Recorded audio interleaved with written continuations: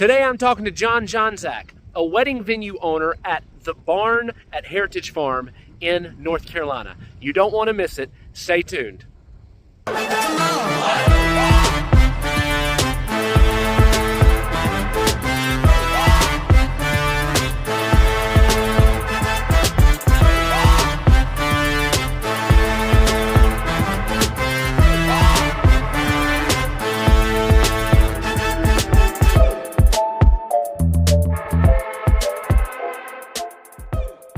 Welcome to Grow My Wedding Business. This is the podcast where we talk to wedding professionals and help you figure out how to better your business. If you ever wondered how a lot of couples choose their vendors and how venues recommend their vendors, that is why we are here today sitting with a professional full-time, that's all he does, venue owner John Jonczak. John, thank you so much for being with us. Of course, thank you. So, tell us a little bit about how you got into the crazy industry. Sure. My wife, Jessica, and I have owned the barn and been doing it full-time since the last weekend in September of 2016. We actually both quit our jobs May 31st of 2016, finished it, and again, have been doing it full-time since the last weekend in September of 2016. The barn at Heritage Farm actually sits on all my wife's family's land, and we found the original deed from her great-great-grandfather in 1913, where he paid $8 an acre. I'd be buying up some land if I could buy. Oh, 100%. You can't get a Happy Meal for $8, let alone an acre of land. But so it's exciting that the land has changed, but again, it's still farmland. The barn itself was built to store tractors and farm equipment, and there's still some oil stains on the floor where we had farm equipment in here. And over time, it's evolved into what it is now. So I really did not know that. So I for some reason thought that this was started as a wedding venue, but it was a barn before. Correct. So it was built from the ground up. There's about 6 other barns on the property that are just 100 plus years old that store tractors, equipment, skid steers, wood chippers. So we were going to move them all into one just to help with weather. That's awesome. My wife was a teacher and she didn't get paid in the summertime. So as it evolved, our plan was to do an event in the summertime to help supplement some income. And just through people asking questions and talking, we did a lot of praying, a lot of talking, a couple tears at some times, and decided to just jump full in. So again, May 31st of 2016, we both quit our jobs the same day and have been doing it full time since. So talking from somebody who literally depended on someone else to give you your paycheck to now being a full-time entrepreneur for how long? Since May 31st of 2016. How hard was the transition? So if somebody's listening to this and they're like, man, I love doing these little side things, but I really want to do it full-time. I think the income could support me. How hard is that going and trusting that that's going to support you fully? Very scary. Like I said, there were tears. There were some choice words, just, that Jessica and I just weren't sure. But we trusted ourselves. Like I said, we did a lot of praying about it. And we decided if we're going to go in full time, we've got to go in full time. And I think that's, again, the scary part for entrepreneurs starting out is, well, let me do it part time. It's successful. But again, to be full time and be successful, you've got to give it 100% of your attention. When a bride or an individual emails you, they don't want to respond 2, 3, 4 days later. They'd like to respond, within a few hours or within 24 hours. And Jessica and I have been told from these couples that email us that other venues and or vendors don't always provide quick communication, and that kind of turns them off. And that's one thing that Jessica and I really try to pride ourselves on, is answering the email, a Facebook message, a phone call, or a text message as soon as we get it when time allows. So I talk about that a lot, and I don't think people really understand how the difference between an hour and 24 hours even, and then 24 hours to 48 hours, that's like dead time after that. You've lost them. People have no clue. They're like, well, surely they've contacted me. They're going to wait on me to contact them back. But that's not usually the case. Usually they're checking on several people and they're hunting for a place, and they don't have you just as the one person. So how important is it to contact them back quickly? And what is the ultimate goal, timeline-wise? Sure. When that person reaches out to you, you're on their mind right then and there. Mm-hmm. And as you said earlier, 24 or 48 hours later, they're not thinking about you. So when you respond, it's, oh, who did I email again? I can't remember. Let me go back. Okay. And then you expect them to email you back right away, but you took 2 days, so they may take 2 days. And a lot of people think they're great at communication, but again, it's that quick response, even if it's, hey, thanks for reaching out. I'm currently at an event right now. Let me get back to you this evening or tomorrow. Let them know you've got it versus just sitting there in your inbox or in a text message or a voicemail. And that, I think, really helps separate Jessica and I from others in this industry, is how quickly we respond to their questions. Yeah. So before I get into the other stuff and try to get them some really practical information about how to get venues to reach out, what were some of the early challenges of starting this and getting it going? You don't really know what things are going to cost. You build the structure, you have tables, you have chairs. For example, the tables we have on the main floor, we built from leftover wood of the barn. So we tried to use different things we had available to us, but you don't really have an idea of how much your power bill is going to cost. You know what your internet's going to be every month, but your power, your natural gas, or trash bags, all those things add up. How much water is going to be used, and all those things kind of vary depending on how busy you are. Maintenance outside, from landscaping, you've got to make sure, again, first impression, when folks pull up, what do they see? Do they see weeds or overgrown grass or dead grass? What does it look like? What is that first impression? So you've always got to make sure your inside and outside is eye-catching and appealing to everyone. And those were things that, again, you just don't know until you experience it and you get that first utility bill, or you build a beautiful structure and you think, I've put my heart and time, energy, and tears into this. Everyone's going to respect it. And unfortunately, sometimes folks don't respect it, whether they break something on purpose or by accident, or they may have too much to drink and a bodily fluid comes out. So those are things that we didn't think about getting into this, that we have since learned. And I tell folks, every rule we have has someone's name attached to it. Yeah. And we're constantly kind of changing our contract. For example, we have, again, these wooden farmhouse tables we built. In the contract, it says you cannot staple the tables. I did not think that would have to be in there, but again, I wouldn't either. Folks decided to use industrial staples into our table, and we were cleaning, and my wife pushed a table, and it cut her hand. And again, those are That's things crazy. You just don't think about. You would not think somebody would just take a stapler to a wooden table, a finished wooden table. No. Or folks that say, we allow sparkler send-off outside, but because it's a wood building, you cannot light your sparkler inside. I appreciate that you're a firefighter or a volunteer firefighter, but you can't light your sparklers inside. So I'm assuming somebody has actually said, but I'm a firefighter before. Correct. I think the individual, may have had something to drink. But again, it was great. And there was no issues. But again, just letting folks know, please make sure you're, 30, 40 feet away from the building. I'll show you where to line up. I'll show you where to put your sparklers when they're over in the trash can. So we've got G-rated stories, and then we have triple X-rated stories, something for everybody. Yeah, this is stuff you don't think about when you're starting out. You when you're envisioning this, usually our vision of our business is all clean and neatly cut, and it's just going to go exactly how we want it to go.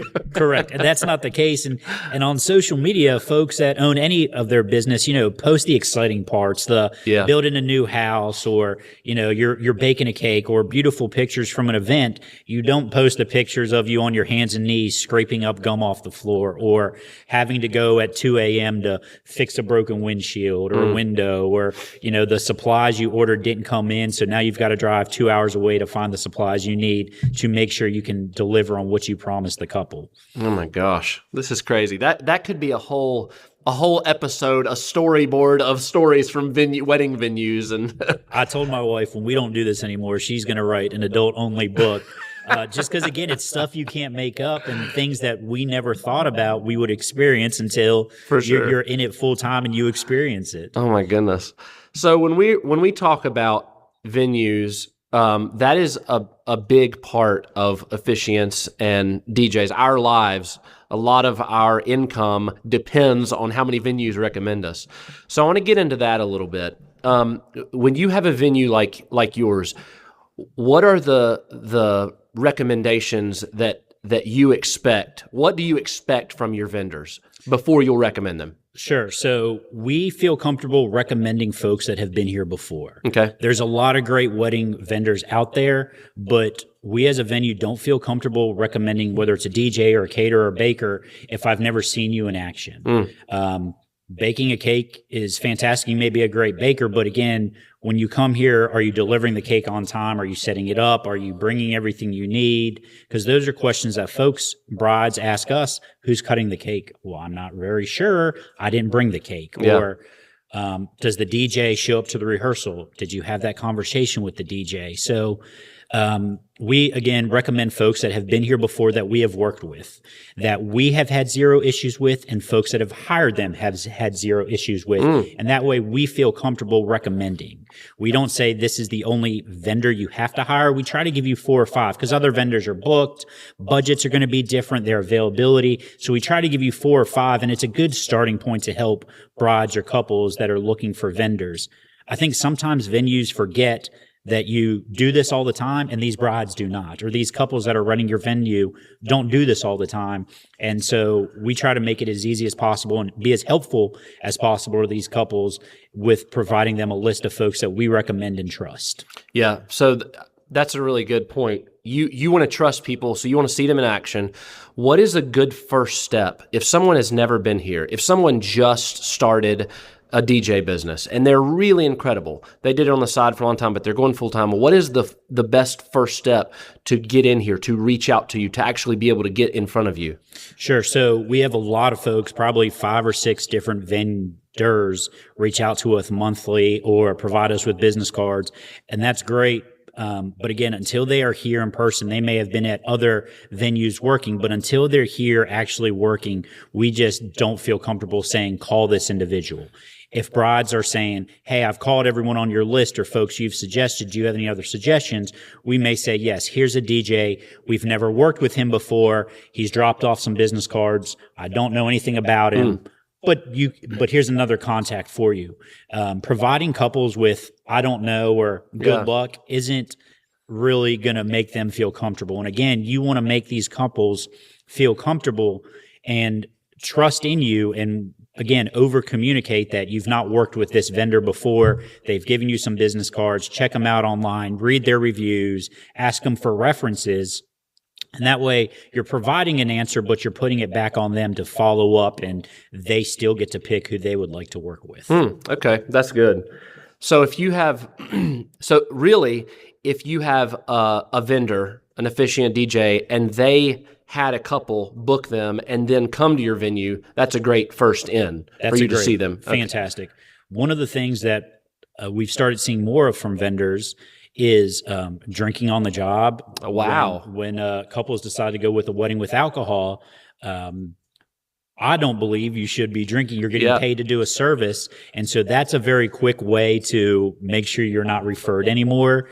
No problem if you want to drink, but drinking on a job, I don't want to go get my teeth cleaned and my dental hygienist drinking wine. Right. Or, get my engine worked on and the mechanic's taking shots while changing, my engine out. And it's the same thing here. You want to provide a great atmosphere for folks, whatever that vendor is, and leaving at the end of the night and you got 12 beer cans sitting in the corner just doesn't look good for anybody. That's crazy. And so we've added that in the contract, that we expect that when folks are hired, that when you hire your vendors, they are 100% professional and able to do the job with a clear mind. That's good. So that's in your contract. So technically it's up to the bride and groom to say something if the person they hired is drinking. Correct. And we'll go up to them and just let them know, hey, we really, it's in our contract that vendors aren't drinking, or there's no, even if there's no alcohol and you're drinking, that just turns into a much bigger liability issue. You can't go to McDonald's and bring in a 12-pack. No, that's almost like an instant get out. I mean, that's crazy. And you got to do it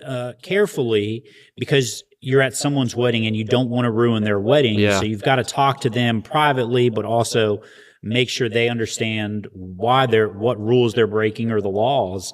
And you want to make sure everyone's safe, whether, again, alcohol is involved or not. when you have folks coming to your venue, you want to make sure it is safe, whether that's cleaning up spills when they happen, making sure your doors are functional, emergency signs, exit signs are lit up, those kind of things. Again, you want to make sure folks are having a great time, but they're safe. Now, so I know that you've done something that a lot of venues haven't done, and I think it's a really smart idea. Give us a brief overview of law enforcement presence at your venue, whether you should or shouldn't, and is there a certain time if you should or you shouldn't? Sure. So that's, again, one of those rules we have, and somebody's name's attached to it, where if you have an event with alcohol, you're required by our contract to hire 2 Surrey County Sheriff officers. And their job is to make sure the people you invited are the people that are here. People's attitudes and demeanor changes when folks are drinking. And since we've hired these officers, we've not had any issues or anything. We've had in the past before we had officers. And again, they're not here to bother folks, but they've helped from when folks may have fallen. They've helped folks with that. They've helped when folks have got locked out in their car, they can't find their keys. So they provide more than just the security, but you go to a concert, there's security. Yeah, absolutely. Certain restaurants or outings, movies, even movie theaters have security. Yeah. So it's just to, again, help make sure that your guest and those folks that are here are safe and well maintained. So you say, I just have to ask this, you say that has a name attached to it. What was the first time that you were like, we got to get security, we got to get law enforcement here?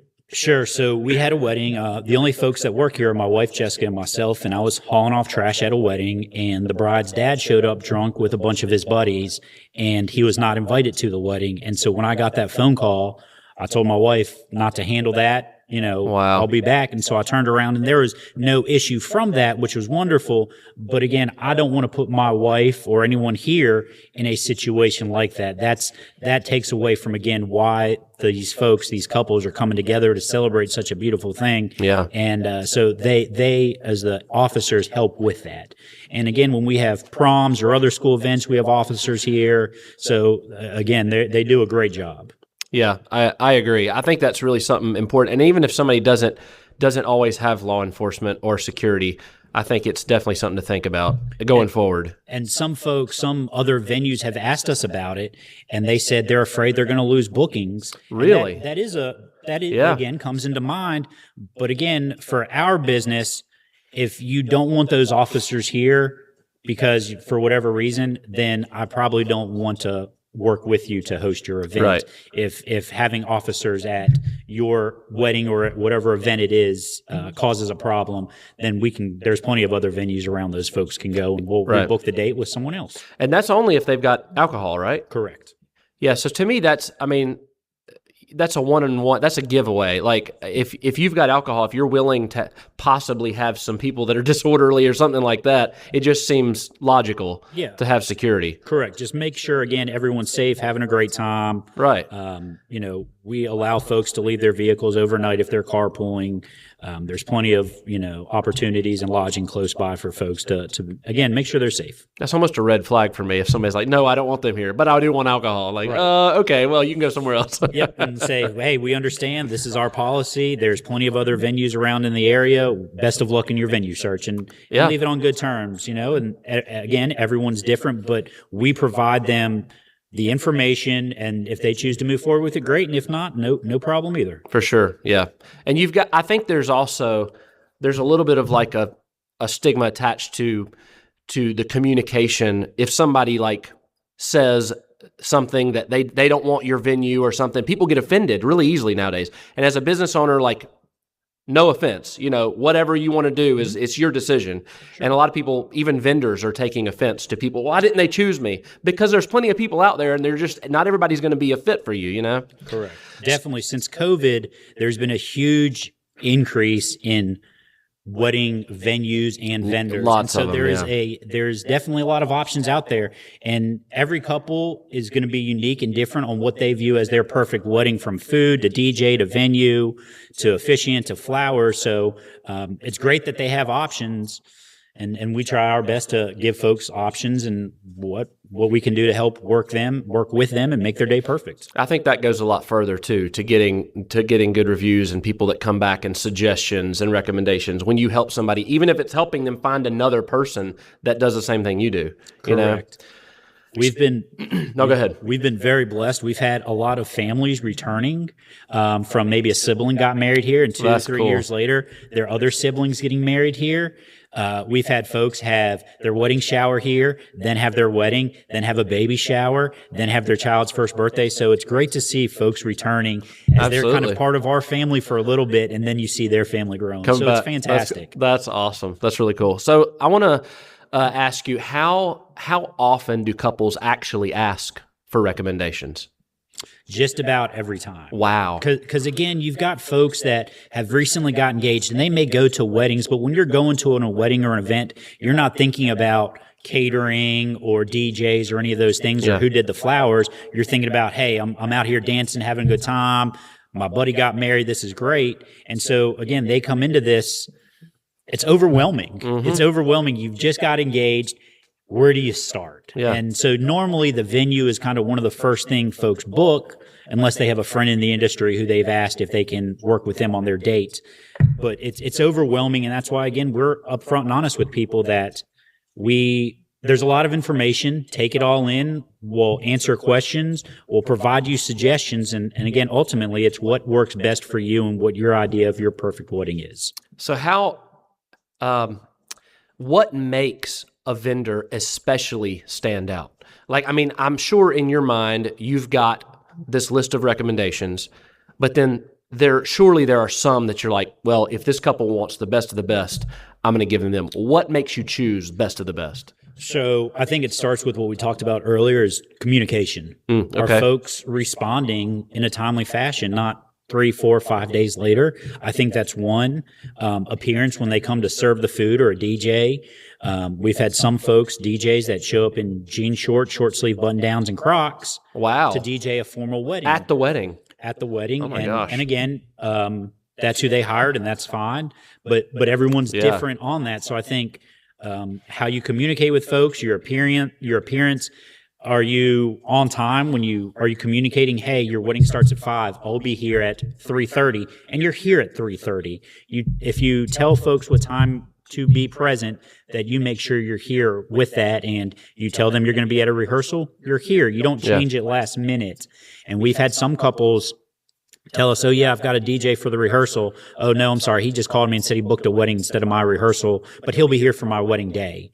And that's disheartening to hear, because you made a promise to this couple you'd be here, and you chose money over your word. And so sometimes that's hard, and we'll try to tell brides, hey, no problem. You have your playlist, bring a Bluetooth. You can still hear the music and the words of what works for you. So we, again, try to provide suggestions when couples come to us about vendors that they've hired that they may be feeling comfortable or unsure of. Yeah. Do you have any other, you mentioned a few things, and you talked about somebody drinking while they're here. Are there any other non-negotiable, something that they would do that you would say, I'm never using that vendor again?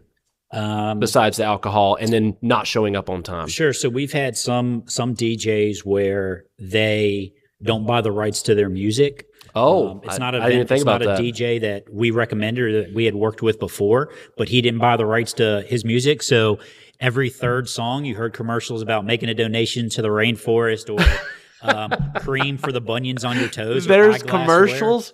So I don't know if he was playing off Spotify or YouTube, and he didn't try to, fade it in or fade it out. Wow. He just kept bopping in the corner, having a good time. And so that was a real quick way to ruin the wedding. And the bride's mom came up to me after the wedding and said, John, has this gentleman been here before? And I said, he has not. I don't know who he is.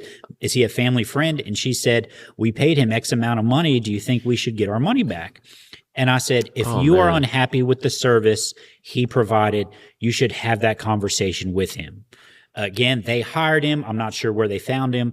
I call vendors like that Craigslist vendors. Yeah. You don't want to go on social media and say, I'm getting married, I need a DJ or caterer, because you will get hundreds of responses, and it will take time to go through those. So again, I'd suggest working with that venue and saying, these are the vendors I need. Who do you suggest? This is my price range. And again, we don't discuss prices of other vendors, but we always say they've been here before. The officiant has shown up. He's got the folks married. It's been wonderful. Give him a call or give them a call. And so again, it's a good, helpful point, but making sure you hire professional folks, not, you don't really want to take a chance on the most important day of your life hiring a Craigslist type vendor. I am so glad you said that, John, because seriously, I've talked about on this podcast, and then when the podcast was Grow My Officiant Business, talking directly to officiants, there are so many people that go on Facebook. It's unbelievable. And a bride or groom say, I'm looking for this. And it's almost like I'm asking for a discount, the cheapest people. And then they go crazy and hundreds of people come in. And sometimes I'll look through that list and I'm like, there are people on here that are actually decent vendors. But doing that, I don't think they realize how bad it looks. Correct. And you just called them a Craigslist vendor. So hopefully people listen to this, do not go and just list yourself in this crazy list of cheap discount services. And everything, in today's world, everything's expensive. But again, on your wedding day, for most brides, that's the most important day of your life so far. And so again, because there are so many vendors out there, you can work with them, but make sure if you're hiring a DJ for $300 for 8 hours, some folks, again, these couples may think that's a really good price because they're not in this. They don't do it. Yep. And that's where, again, I would ask these couples to go back and talk to their venue and say, hey, I'm talking to DJ Blacklight. Has he been here before? If the venue does not provide you with a suggested list, then as you start talking to vendors, reach back out to that venue that you booked and just ask them, have you worked with this catering company or florist? That's good. What can you tell me about them? And take their opinion. And again, ultimately, it's the couple's decision who they decide to go with, but you're helping. And sometimes, I think venues forget you do this all the time. $300 for a DJ for 8 hours is not worth it at all. Something's wrong with that. You get that Craigslist DJ, exactly. but this couple doesn't know that because they don't do it all the time. So again, working with them and helping, providing information is huge. Yeah, I appreciate that. So before I go into the last part of this episode, is there anything that you would recommend or tell a vendor who is really trying to be serious, give it their all, make their business something great, support their family with it, and they need to get customers. They need to get couples and brides. What's some advice you'd give them? And then what is some advice also you would give them to get into more venues right away? Sure. I think one is being in it full time.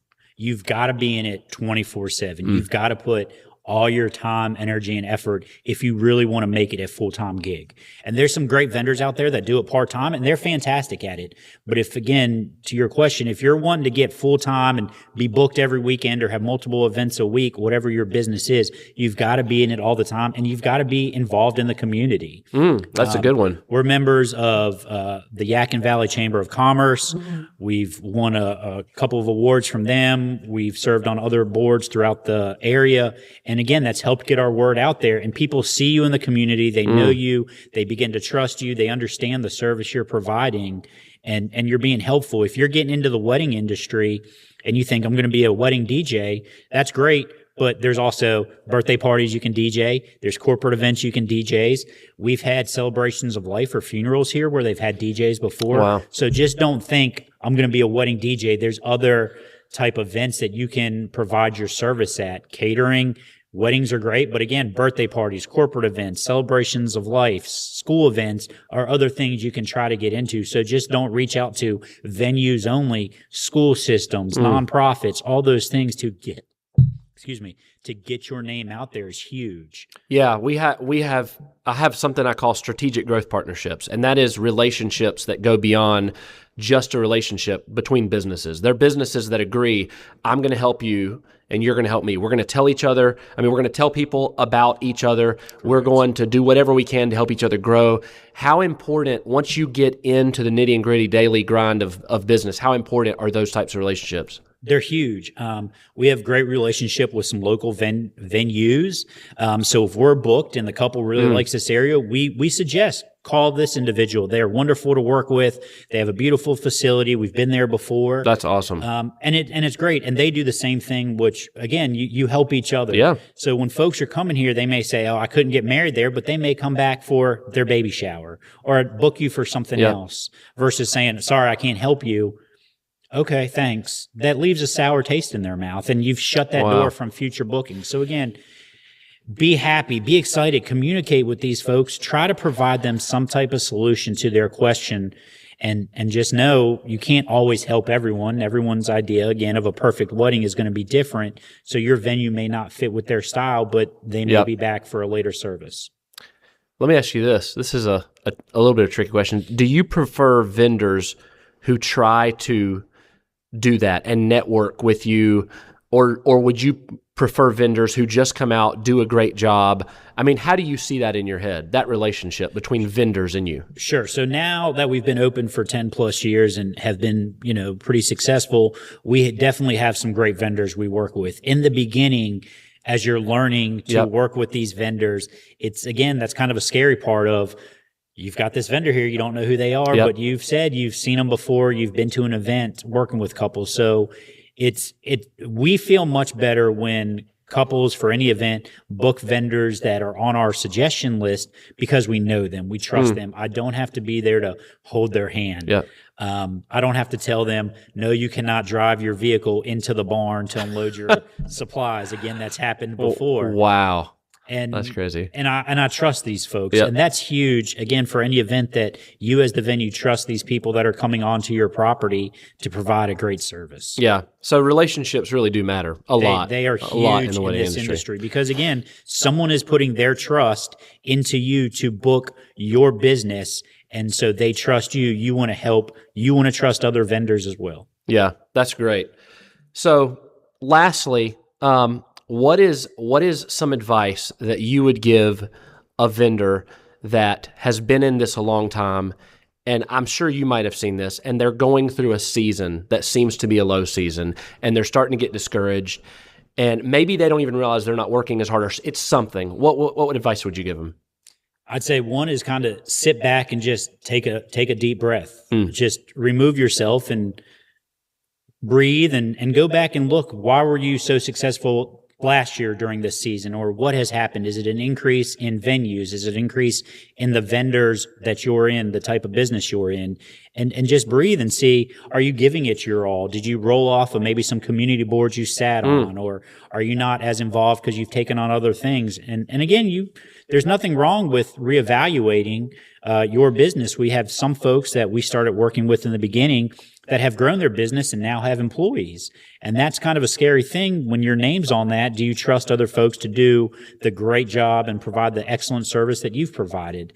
But with any job, folks get burnt out, and I think it's good to take time with family or by yourself just to regroup. And there's nothing wrong when you do that. But if you do that, put an email or a social media alert out, hey, I'm out of town for this week. I'll get back to you as soon as I can. I'm spending time with my family. But that's, like we talked about in the beginning, communicating with folks as they're reaching out to you. So folks are going to kind of push your buttons anytime you work with the public. They'll push your buttons or ask questions, or things will happen that you didn't expect. And you've got to, as you're dealing with these individuals, nothing good's going to come if you're yelling at them or screaming or cursing. You've got to kind of sit back, and it's a challenge sometimes when folks are mad and they're yelling at you, but you have no control over the weather. I can't help that a storm showed up.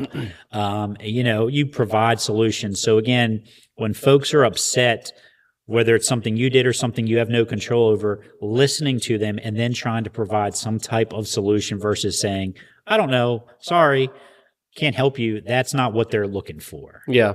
And so again, communicating, but that takes a toll on you physically and mentally and emotionally. So take a step back, relax, regroup, and just think, are you tired of it? Do you want to sell the business, grow the business, slow down, go into a different field? But that's important for anybody that owns their own business to do. I think, yearly, just to sit back and talk to my wife and I talk about it all the time. What have we done? What have we added? We always try to add something new to our venue. So folks that have been here 5 years ago, when they come back, they see different things and the venue's changed a little bit. So we always try to put money back into the business as well. I'm glad you said all of that is so important, especially the burnout. That's a beast. And I think people think the harder I work, the better my business will go. And sometimes you don't even realize that you've worked yourself into this monotony and you just get burnt out and without knowing it, Correct. If you own your own business, I would not suggest keeping a total of how many hours you work and then dividing what you got paid. It's heartbreaking. It's sad. And I think most small business owners would agree with that. I've done it myself. I thought, man, I want to see how many hours I've worked. What have I averaged? And I think it came down to $4.39 an hour is what my wife and I got paid. And I haven't done it since. But again, if you do it, just know you'll be shocked at how much you work for a little pay. But owning your own business is fantastic. And again, you've got to go in full time, head first, and embrace it. Yeah. Welcome it. For sure. You've talked about your wife a lot. And I like this because me and John were having a conversation right before this. He said, my wife told me I was never to do that again. And my wife says stuff like that to me all the time. She's like, don't do that again. We've worked in businesses before together, and it's something else working with your spouse, but it can be a good thing for sure. 100%. I mean, Jessica and I work very well together. We have never had any arguments over our business because at the end of the day, we both know the success of our business translates to us being able to take a vacation with our kids. That's great. Close down a day to go to our kids' soccer game or their play at school or their dance recital. So the harder we work allows us to spend more time with our kids. And Jessica does a great job. She handles all of our emails and social medias and contracts. And I have a little more flexibility, so I handle all the outdoor work, and I'm here during the week. And then on the weekend, we spend quality time together. The great thing is, for any event, folks always have meals, and they're kind enough to offer Jessica and I dinner or a meal. That's awesome. So we always get to go out on a date when we're here working together, which is wonderful, and it's fantastic. You've got to find what you're great at. Social media, contracts, email is not my strength, and Jessica is fantastic at it. And again, I think that helps make our business successful. We each know what we're great at, and we complement each other very well. You stay in your lane. That's exactly right. That's exactly right. Sometimes you want to kind of get out a little bit or go a little faster, but again, at least for us here, Jessica and I work very well together, and we both know at the end of the day, the success of our business translates into more family time. Absolutely. And that's what it's all about. That's exactly what it's all about. John, thank you so much for being on the podcast today. Would you leave us and tell a little bit more about what your social media is here and how people can get in contact with you if you're near Surry County? Actually, you have people come from all over, I'm sure, all over North Carolina, right? We've had the furthest wedding away we've had was from California. Wow. We've had folks from Puerto Rico. That's crazy. Just again, some people view Surry County as a destination wedding, and getting into this, we never thought we would have these folks coming from out of state to get married here. Wow, that's wild. The Yadkin Valley offers beautiful views of the mountains. There's water. There's you get all four seasons. There's a lot going on here. Again, in the Yadkin Valley here in Surry County and in Dobson. But sure. So again, this is the Barn at Heritage Farm in Dobson, North Carolina. Real easy. The Barn at heritagefarm.com will take you to our website. Our website has all of our availability and prices as well. I think that's important to let folks know what you charge. It can save you just getting emails of what's my price? What is this? So again, we try to be upfront and honest and let folks know what our availability is. So that way, if they're date specific, they're not going to waste their time messaging us and things like that. But social media, same thing. The Barn at Heritage Farm. We try our best to stay up on social media. Jessica posts something every day, whether it's an event we have that day or wedding pictures that photographers share with us to help couples, again, see how folks use color and what they did outside and decoration is, again, you're helping folks get the wheel turning. So staying up on social media, I think, is a huge thing that sometimes not all vendors think about. Yeah, absolutely. So go to the show notes. If you're watching on YouTube, go to the description and we'll have everything that John just said so you can check out their website, their social media. Thank you so much for joining us on Grow My Wedding Business. Head over to the website, www.growmyweddingbusiness.com, and I will see you again next time. Thanks, Chad. Thank you.